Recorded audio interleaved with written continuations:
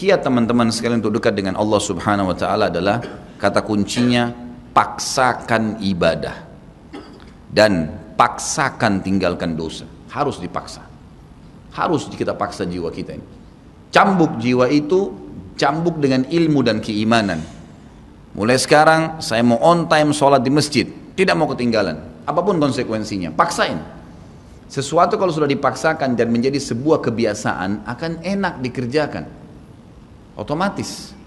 Tapi kalau kita kendor, sesekali saja dikerjakan, maka akan luluh seperti biasa umumnya.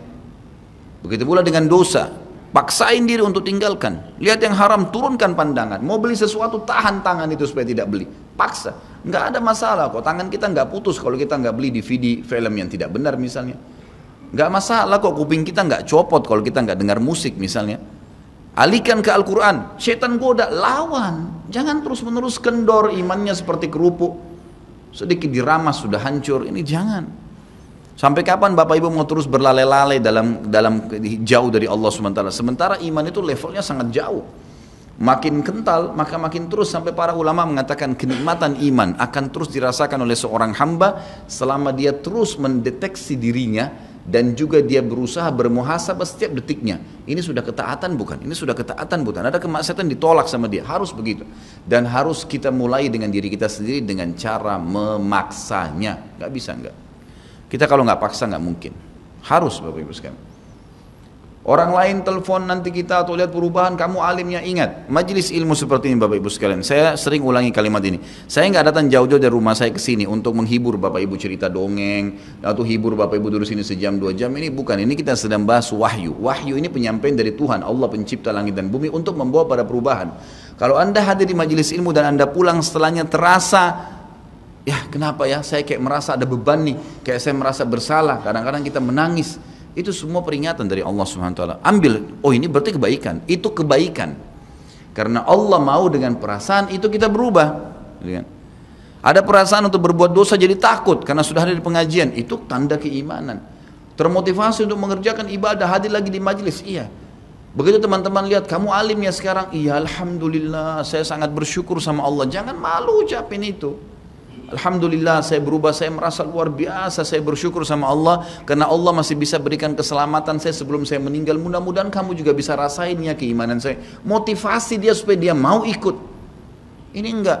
Kamu sekarang alim ya, masa pakai jilbab begitu? Kenapa kamu pelihara jenggot? Masa azan harus selalu ke masjid? Kemarin, oh iya ya, udah sini aja sholat sama saya. Kendor, sholat di rumah. Kendor, ganti lagi kembali jilbabnya jilbab gaul dan seterusnya. Ini sampai kapan kita mau tergoda nih kira-kira? Waktu terus berjalan. Ingat, setiap peluang ibadah, Bapak Ibu sekalian ingat, Allah peringatkan Anda dan saya seperti cuma ini, penyampaian. Dan kita yang mengubah diri kita. Tidak mungkin saya mengontrol Anda satu-satu di rumah Anda, atau tidak mungkin Allah Subhanahu wa ta'ala menurunkan tangan dari langit. Tetapi Allah Subhanahu wa ta'ala memberikan kepada kita penyampaian dan berikan hati nurani untuk bisa menyentuh hati nurani kita agar kita melakukan, ya, mengerjakannya. Harusnya begitu. Jangan pernah malu untuk berubah menjadi orang lebih baik. Yang malu itu kalau kita menjadi orang lebih buruk. Ingat, peluang-peluang ibadah yang Anda sudah sia-siakan, wallahi Bapak Ibu sekalian, demi Allah Anda akan sesali nanti. Di hari kiamat nyesal, ya Allah, kenapa dulu saya nggak puasa Senin itu ya? Nyesal, ya Allah, kenapa dulu saya nggak sholat tahiyat masjid ya? Saya malah duduk di depan masjid cuma ngobrol-ngobrol. Ya Allah, kenapa dulu saya nggak maksimal bacanya cuma surah pendek ya? Kenapa nggak surah panjang ya? Ini ibadah saja bisa kita sesalin, apalagi kalau dosa, malah lebih parah itu. Menyesalnya luar biasa, tapi nggak ada gunanya.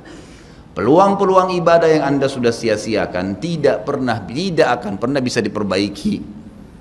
Nggak bisa. Ini tadi kalau ada orang tidak ikut sholat sama kita berjamaah maghrib misalnya, kemudian mereka ikut di pengajian lalu merasa tersentuh, coba ya saya ikut dari awal ya.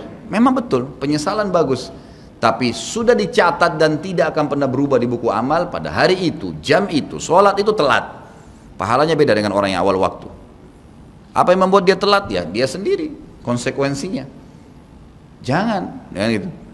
Makanya motivasi Nabi SAW sangat banyak untuk mengerjakan sholat di awal waktunya, motivasi untuk di saf pertama, motivasi untuk tidak ketinggalan takbiratul ihram pertama imam. Semuanya itu untuk menjaga hubungan dengan Allah Azza wa Jalla. Jadi untuk dekat dengan Allah harus memaksakan diri dalam ibadah dan harus memaksakan diri untuk meninggalkan dosa.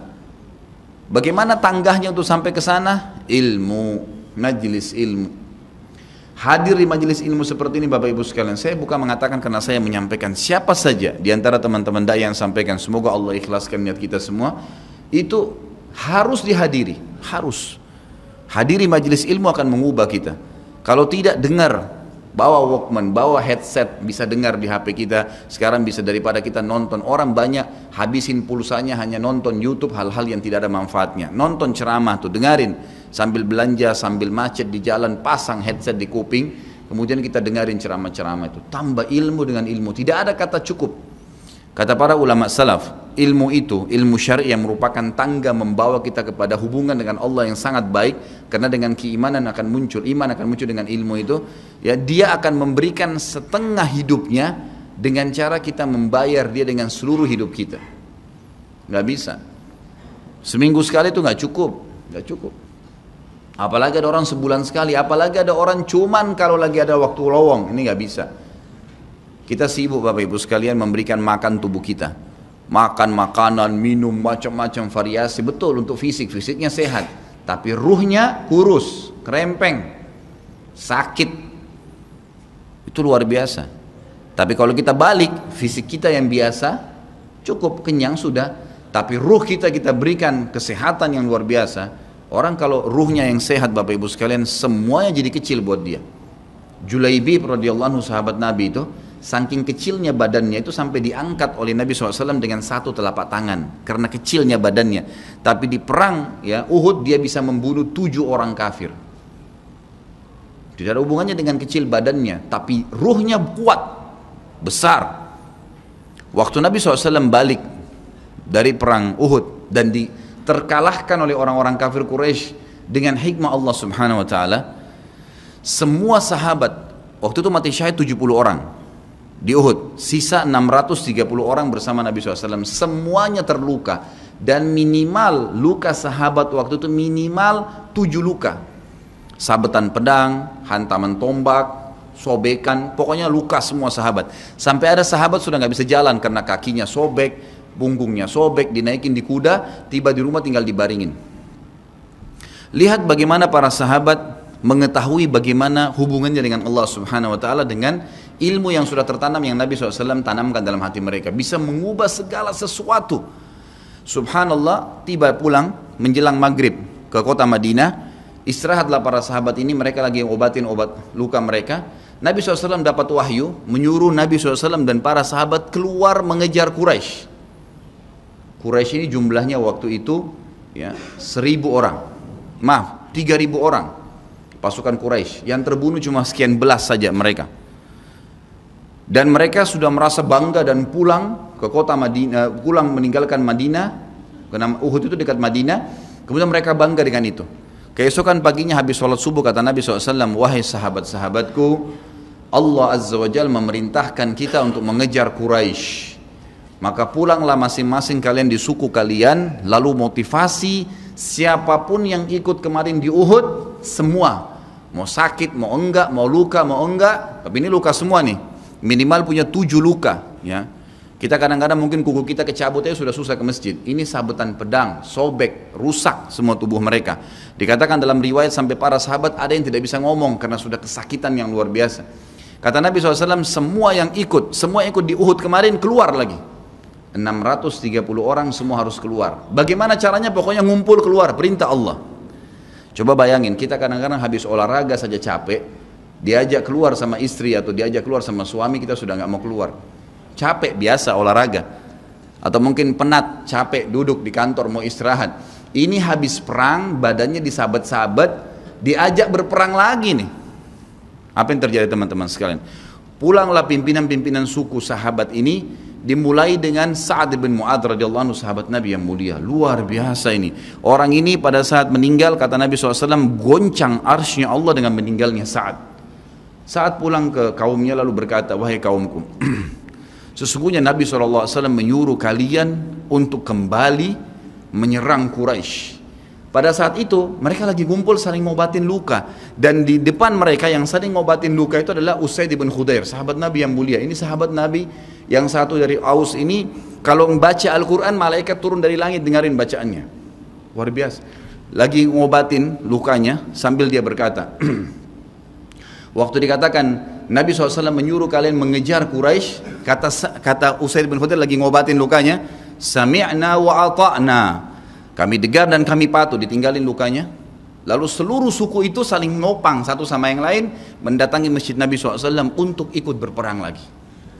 Nggak ada satupun yang tinggal. Ada yang luar biasa, saya terus terang nangis waktu dengar kisah itu, luar biasa. Dua orang anak muda Ansar, saya setiap kenang kisah ini selalu nangis, nggak bisa tahan karena luar biasa. Anak dua orang ini belasan tahun umurnya, dan dua-duanya nggak bisa jalan, Bapak Ibu sekalian, nggak bisa jalan. Luar biasa. Sudah sobek kakinya, sobek punggungnya, bahkan dikatakan di bagian leher ada irisan, di bagian lehernya ada irisan, gitu kan. Kesakitan. Dua-dua ini diturunkan dari kuda, ditidurkan, adik kakak nih. Tapi saya tidak ingat, namanya tidak disebutkan dalam kisah, tapi ini kisah luar biasa. Dan kemarin kebetulan Imam Masjid Haram atau saya lagi umrah nyebutin kisah itu juga. Hampir satu masjid orang menangis mendengarkan kisahnya. Dia mengatakan, waktu sampai ke telinga adik kakak ini umurnya belasan tahun ya, di bawah 20 tahun.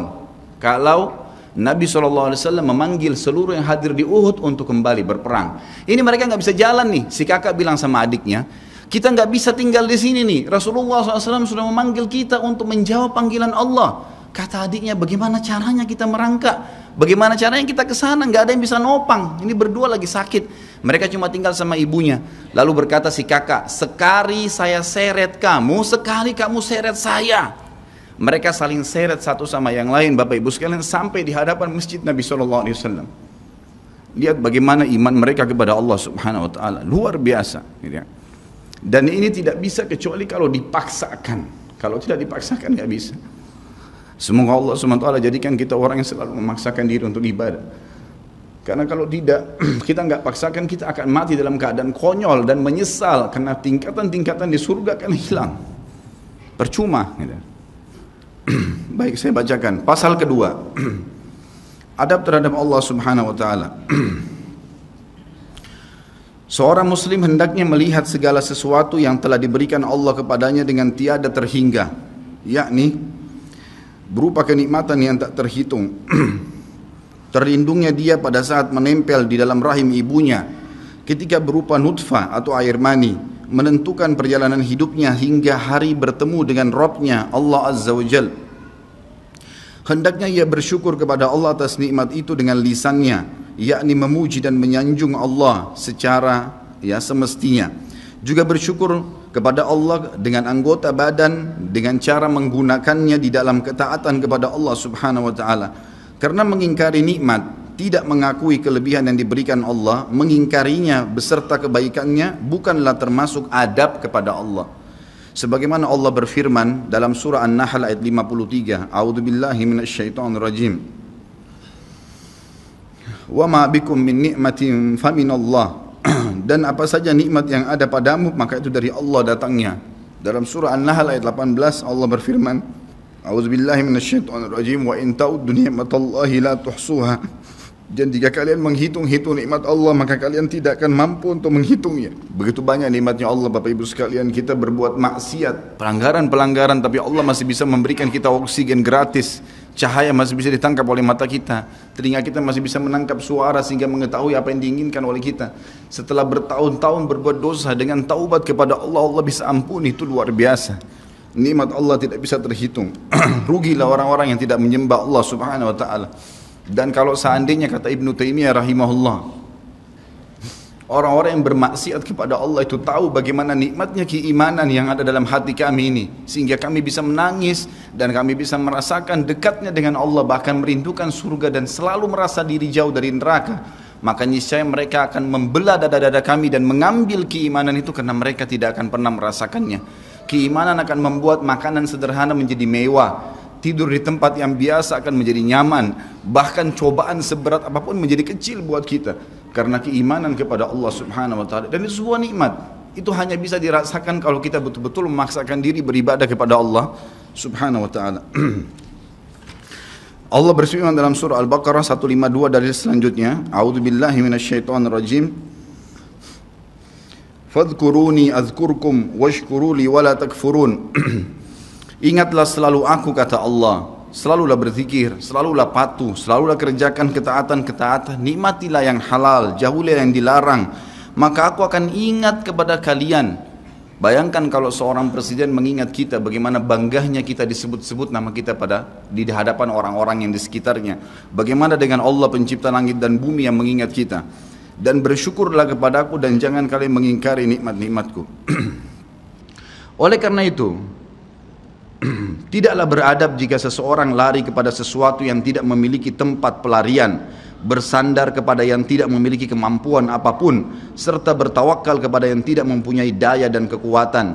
Allah Subhanahu wa taala berfirman dalam surah Hud ayat 56, A'udzu billahi minasyaitonir rajim, ma min dabbatin illa huwa akhidun binasiyatiha. Tidak ada sesuatu atau tidak ada suatu binatang pun melainkan dialah yang memegang ubun-ubunnya. Allah Subhanahu wa taala memegang semuanya. Harimau pun yang buas. Demi Allah Bapak Ibu sekalian, kalau Anda minta kepada Allah tidak akan bisa menerkam Anda. Pasti itu. Api pun tidak membakar Nabi Ibrahim alaihissalam karena memohon kepada Tuhannya api itu. Semuanya bisa berubah dengan hubungan kepada Allah Subhanahu wa taala. Ini kekuatan yang luar biasa ini. Seseorang kan sangat tenang hidup dimanapun asal dia jaga hubungannya dengan Allah Subhanahu wa taala. Dalam surah Zariyat ayat 50 Allah Subhanahu wa taala berfirman, A'udzu billahi minasyaitonir rajim, fafirru ila Allah inni lakum minhu nadhirum mubin. Bersegeralah kalian kembali kepada Allah, taatilah Allah. Sesungguhnya aku sebagai pemberi peringatan yang nyata dari Allah Subhanahu wa taala kepada kalian. Nabi SAW mengingatkan orang-orang Mekah pada saat mau turun ayat ini. Beliau mengatakan, wahai orang-orang Quraisy, apakah kalau saya mengatakan bahwasanya di luar kota Mekah ini ada pasukan yang akan menyerang kalian, kalian akan percaya apa yang saya ucapkan? Kata orang-orang Quraisy, tentu saja hai Muhammad, karena kami tidak pernah dengar kamu bohong sekalipun seumur hidupmu.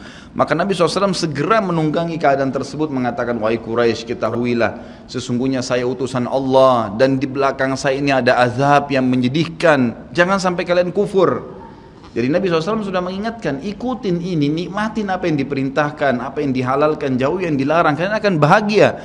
Hanya itu saja perintah dari Allah Subhanahu wa taala. Nabi SAW sudah mengingatkan orang-orang Quraisy dan juga jadi pelajaran buat kita. Juga dalam firman-Nya surah Al-Maidah ayat 23, A'udzu billahi minasyaitonir rajim wa 'alallahi fatawakkalu in kuntum mu'minin.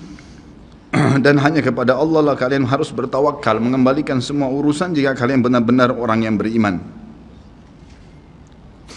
Sisi yang lain, seorang muslim juga harus melihat kepada kelemah lembutan Allah Subhanahu wa taala kepadanya di dalam setiap urusannya, melihat kepada kasih sayang Allah kepada dirinya dan seluruh makhluknya, lalu berkeinginan kuat untuk mendapatkan tambahan kelembutan dan kasih sayang itu, sehingga dirinya akan selalu merendahkan diri kepada Allah dengan kerendahan yang murni dan dengan doa, bertawassul kepadanya dengan perkataan yang baik dan amal soleh. Kalau kita lagi makan, syukuri alhamdulillah. Dan ingat teman-teman sekalian, saya pernah jelaskan juga, hati-hati dengan hukum syamata namanya. Syamata itu merendahkan orang lain. Kalau ada sesuatu yang tidak ada pada kita teman-teman sekalian, syukurlah kepada Allah Subhanahu wa taala. Jangan pernah sampai menghina orang lain, karena Allah meninggikan derajat kita justru dengan kita bersyukur. Kata Nabi SAW, kalau kalian lihat aib pada diri seseorang, ucapkanlah alhamdulillahilladzi afani mimma btala bihi wa faddalani ala katsirin mimma khalaqa tafdila. Segala puji bagi Allah yang telah menyelamatkan saya dari apa yang dicobakan kepada orang ini dan mendahulukan saya dengan kelebihan yang banyak dari makhluk-makhluk yang lain. Kita harus seperti itu, jangan syamata. Kata Umar radhiyallahu anhu, apa itu syamata seperti ini? Umar bin Khattab berkata, aku khawatir kalau ada seorang wanita hamil lewat di depanku karena perutnya besar, lalu aku berkata dalam diriku, kenapa ya perutnya seperti itu? Maka Allah menghukumku dengan membuatku hamil.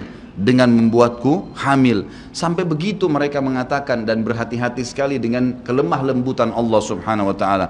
Allah lah yang telah membuat binatang yang ada binatang yang indah bulunya, yang bagus tampangnya, dan ada Allah juga ciptakan buruk di mata manusia untuk menunjukkan keajaiban dan kemahakuasaannya Allah. Ada ikan yang indah untuk dilihat, ada ikan yang seperti batu buruk. Kita cuma mengatakan subhanallah yang telah menciptakan yang baik dan buruk, subhanallah yang telah menciptakan yang sehat dan sakit, subhanallah yang telah menciptakan yang putih dan hitam, subhanallah dan subhanallah. Bukan justru kita menghina teman-teman sekalian. Kalau ada sesuatu yang menimpa orang lain yang tidak ada pada kita, syukurilah nikmat Allah subhanahu wa ta'ala, dan jangan sampai kita merendahkan orang lain. Ini semua merupakan adab, kata beliau, terhadap Allah yang menguasainya. Maka bukanlah orang yang beradab orang yang berputus asa dari mencari tambahan rahmatnya yang luas, meliputi segala sesuatu, berputus asa dari kebaikan Allah yang tak terhingga, yang mencakup seluruh alam semesta ini, serta kelembutannya yang tercurah untuk segenap makhluk. Allah subhanahu wa ta'ala berfirman di dalam A'raf 156, A'udzu billahi minasyaitonir rajim, wa rahmati wasi'at kulla syai', dan rahmatku meliputi segala sesuatu. Kata ulama tafsir, hewan pun kalau yang buas kemudian dia menerkam mangsanya lalu dia meminta maaf kepada Allah, maka rahmatnya Allah akan meliputinya. Seseorang membunuh orang lain pun, sebagaimana masuk dalam sebuah hadis, Allah tertawa melihat dua orang yang saling membunuh, kemudian dua-duanya masuk surga. Lalu para sahabat bertanya, ya Rasulullah, bagaimana ceritanya dua orang itu? Kata Nabi SAW, yang satunya mukmin, yang satu kafir. Lalu kemudian si kafir membunuh si mukmin di kancah peperangan, mati syahidlah si mukmin tadi. Berjalan waktu, si kafir mendapatkan hidayah, akhirnya juga masuk Islam, dan dia berperang lalu dibunuh oleh orang kafir yang lain. Orang mukmin yang pertama terbunuh dengan orang kafir yang akhirnya masuk Islam juga terbunuh di kancah peperangan, dua-duanya masuk surga, dan Allah menyambutnya dengan rahmatnya. Allah tersenyum dan tertawa dengan dua orang ini. Jadi dengan kemahalembutannya Allah subhanahu wa ta'ala. Dalam surah Asy-Syura ayat 19 dikatakan juga, a'udzubillahi minasyaitonir rajim, Allahu latifun bi'ibadi. Allah itu maha lembut terhadap hamba-hambanya. Makanya dalam hadis yang lain dikatakan, ma nazala linu fi syai'in illa zana. Tidak ada sesuatu dikemasi dengan kelemah lembutan kecuali akan menghiasinya. Dikatakan Allah latif, Allah itu lembut, yuhibbul lutf, dia suka dengan kelemah lembutan, gitu kan. Wa ma nuzi'a min syai'in illa syana. Tidak ada sesuatu diangkat darinya kelemah lembutan kecuali akan merusaknya. Tidak ada manfaatnya mencak-mencak, marah-marah tuh, emosi habisin waktu-waktu, kecuali dalam pelanggaran agama saja. Tapi kalau bukan pelanggaran agama, maka jangan, tidak perlu semua. Dikatakan dalam hadis Bukhari, Nabi SAW kalau berhubungan dengan hak beliau urusan dunia, semuanya ditoleransi. Tapi kalau sudah berhubungan dengan hak Allah subhanahu wa ta'ala, barulah beliau tegas. Ya, ini sifat Nabi Muhammad SAW. Kita baca dua ayat lagi baru kita tutup. Sudah masuk waktu? Surah Yusuf ayat 87, A'udzu billahi minasyaitonir rajim, la tai'asu mir rauhillah. Janganlah kalian putus asa dari rahmat Allah. Sebagaimana hadis tentang orang yang membunuh 99 jiwa, kemudian dia datang kepada seseorang abid, orang ibadah tapi tidak punya ilmu. Apakah Allah masih akan ampuni saya? Dia mengatakan tidak mungkin. Kamu membunuh 99 jiwa. Lalu kemudian dia membunuh orang itu, kata Nabi SAW, digenapkan 100. Kemudian dia menemui seorang yang alim, lalu dia bertanya, apakah Allah masih ampuni saya dengan 100 orang yang sudah saya bunuh? Maka kata Nabi, kata orang tersebut, tentu saja. Allah rahmatnya telah meliputi segala satunya. Allah akan terima taubat, maka dia bertaubat. Pada saat dia bertaubat orang tersebut kepada Allah SWT, lalu dia mau pulang setelah bertaubat, lalu dia meninggal tengah jalan. Kata Nabi SAW, Allah mengutus dua malaikat, satu malaikat rahmat, satu malaikat azab. Malaikat rahmat akan membawa ruhnya yang memperlihatkan taman dari taman surga, dan malaikat azab memperlihatkan lubang dari lubang neraka. Maka datanglah malaikat yang ketiga menghakimi di antara keduanya, lalu kemudian malaikat ini mengatakan, yang datang ketiga yang menghakimi dua malaikat yang sedang memperebutkan orang yang tadi baru taubat ini, ukurlah jejak kakinya.